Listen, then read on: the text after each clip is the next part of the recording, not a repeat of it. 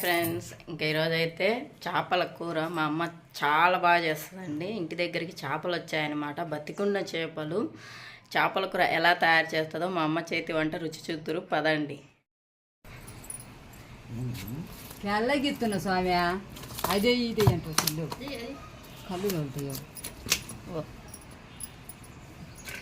ఏ బొచ్చలు తీసుకుంటున్నా కొరమటలు తీసుకుంటే తీసుకోవాలి. 450 అవుతుంది, 300కి ఇస్తే తీసుకుంటున్నాం. 300కి ఇచ్చి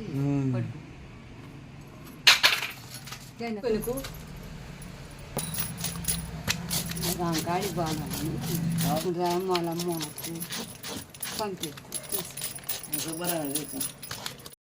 చూసారు కదా ఫ్రెండ్స్, చేపలు ఎలా ఉన్నాయో. మా అమ్మ తీసుకుంది బొచ్చలు అనమాట. ఇవి కేజీ వచ్చేసి 100 రూపాయలు అనమాట. వాళ్ళే క్లీన్ చేసి ఇస్తారనమాట.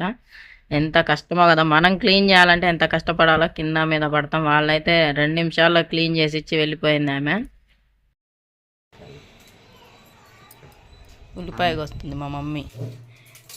కళ్ళు ఉప్పేసి బాగా కడగాలి. వాళ్ళకి తీసేసి ఇలా చేయదు. మళ్ళీ అదేంటిది గుండకాయనా? చేప గుండకాయ ఉప్పేసి పోతాయి. ఉప్పులు కళ్ళు ఉప్పేసేట రుద్దితే పాసి పోతాయి. వచ్చింది.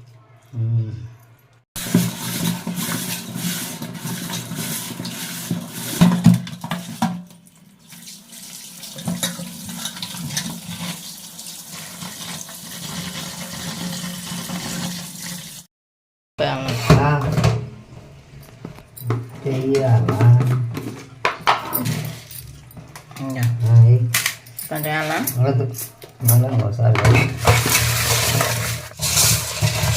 ముళ్ళు పుచ్చుకోగట రుద్దేటప్పుడు మ్యాజిక్తో రుద్దాలి.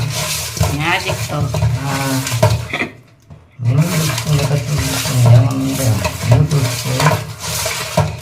అడిగితే నాకు చేపల కూర రాదు. మళ్ళీ అన్ని వంటకాలు చేస్తాను. చేపలు కడిగినా కానీ ఆ రోజు ముళ్ళు పుచ్చుకున్నాను. చేపల కూర ఒక్కటి నేర్చుకోవాలి. అంత ఇష్టంగా తినారని చెయ్యను నేను. ఎవరు తినరు, నేను తప్పితే. చేపల కూర తినడం ఈజీ ఫ్రెండ్స్. కడగటం చూడండి ఎంత కష్టం ఉంటుందో. చేపలు 3 సార్లు ఉప్పు నిమ్మకాయ వేసి బాగా రుద్ది కడిగితే ఆ వాసన అనేది లేకుండా పోతుంది అనమాట. చూసారు కదా ఫ్రెండ్స్, చేపలు ఇలా తెల్లటి నీళ్ళు వచ్చేంత వరకు కడగాలన్నమాట. ఇంకా చేప ముక్కలు అయితే ప్లేట్లో తీసుకొని టమాటా ముక్కలు, ఉల్లిగడ్డలు అవన్నీ ముందే మా అమ్మ తరిగి పెట్టేసింది. సరిపడ ఉప్పు, సరిపడ కారం, కల్లుప్పు, సరిపడ పసుపు వేసి ముక్కలకు బాగా పట్టే విధంగా కలిపి పక్కన పెట్టుకోవాలన్నమాట. ఇవి చేప ముక్కలకు పట్టే లోపల పొయ్యి మీద గిన్నె పెట్టుకొని సరిపడ నూనె వేసుకొని ఉల్లిపాయలు, సన్నగా తరిగిన ఉల్లిపాయలు వేసి అవి కొంచెం వేగిన తర్వాత కరివేపాకు వేసి కొంచెం జీలకర్ర కూడా వేసుకోవాలన్నమాట. ఈ 3 వేగిన తర్వాత టమాటా ముక్కలు వేసుకొని ఆ టమాటాలు బాగా మగ్గిన తర్వాత మగ్గనివ్వాలన్నమాట. ఈరోజైతే నేను చేపల కూర తినను ఫ్రెండ్స్. నేను తినని రోజే మా అమ్మ తీసుకొని వండుతుంది. చూడండి ఎంత కచ్చనో చూసారా నా మీద. మా అమ్మకి చూస్తుంటే నోరు ఉడుతుంది కానీ చేపల కూర తినాలని, కానీ తినకూడదు. ఇంకా చింతపండు నానబెట్టిందనమాట. టమాటాలు మగ్గిన తర్వాత ఒక పెద్ద నిమ్మకాయంత చింతపండు తీసుకుంది. బాగా పిసికి ఒకసారి అయితే నీళ్లు పోసిందనమాట. చేపల కూరకు చింతపండు పులుసు చాలా ముఖ్యం ఫ్రెండ్స్. పులుపు ఉంటేనే చేపల కూర అప్పుడే రుచిగా ఉంటుందన్నమాట. పులుసుకు రుచిగా సరిపడే. ఇంకా పులుసు బాగా మరిగిన తర్వాత ఒక్కొక్క చేప ముక్క తీసుకొని ఒకదానికొకటి అంటకుండా వేసుకోవాలన్నమాట. ఎప్పటికైనా చేపల కూర చేసేటప్పుడు చిన్న గిన్నె తీసుకుంటే బదులు వెడల్పు గిన్నె తీసుకుంటే చేప ముక్క అనేది గజ్జి కాకుండా ఇలా నీట్గా వస్తుంది అనమాట. అందులో చేపలు ఫ్రెష్ అయితేనే ముక్క చిదగదండి. ఫ్రిడ్జ్లో పెట్టినవి అయితే ముక్క చిదిగి కూరంతా పాడైపోతుంది అనమాట. చూసారా ఎంత కలర్ఫుల్గా ఉందో. ఈ చేపల కూర చూస్తుంటేనే తినబుద్ధి అవుతుంది, కానీ తినలేనే నేను.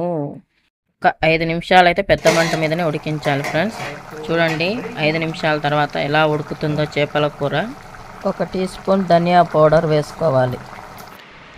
ధనియా పౌడర్ వేసి కలిదిప్పుకొని ఒక 5 నిమిషాలు మగ్గనిచ్చిన తర్వాత కొత్తిమీర వేయాలి ఫ్రెండ్స్. ఏముందో చూసారా చేపల కూర. ఉప్పు సరిపోయిందో లేదో మా అమ్మ టేస్ట్ చేస్తుందన్నమాట.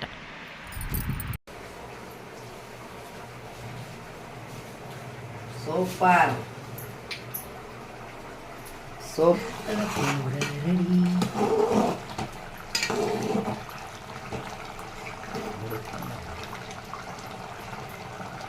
చూసారు కదా ఫ్రెండ్స్, మన చేపల కూర అయితే రెడీ అయిపోయింది.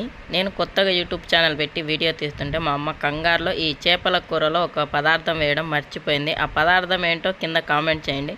Bye friends.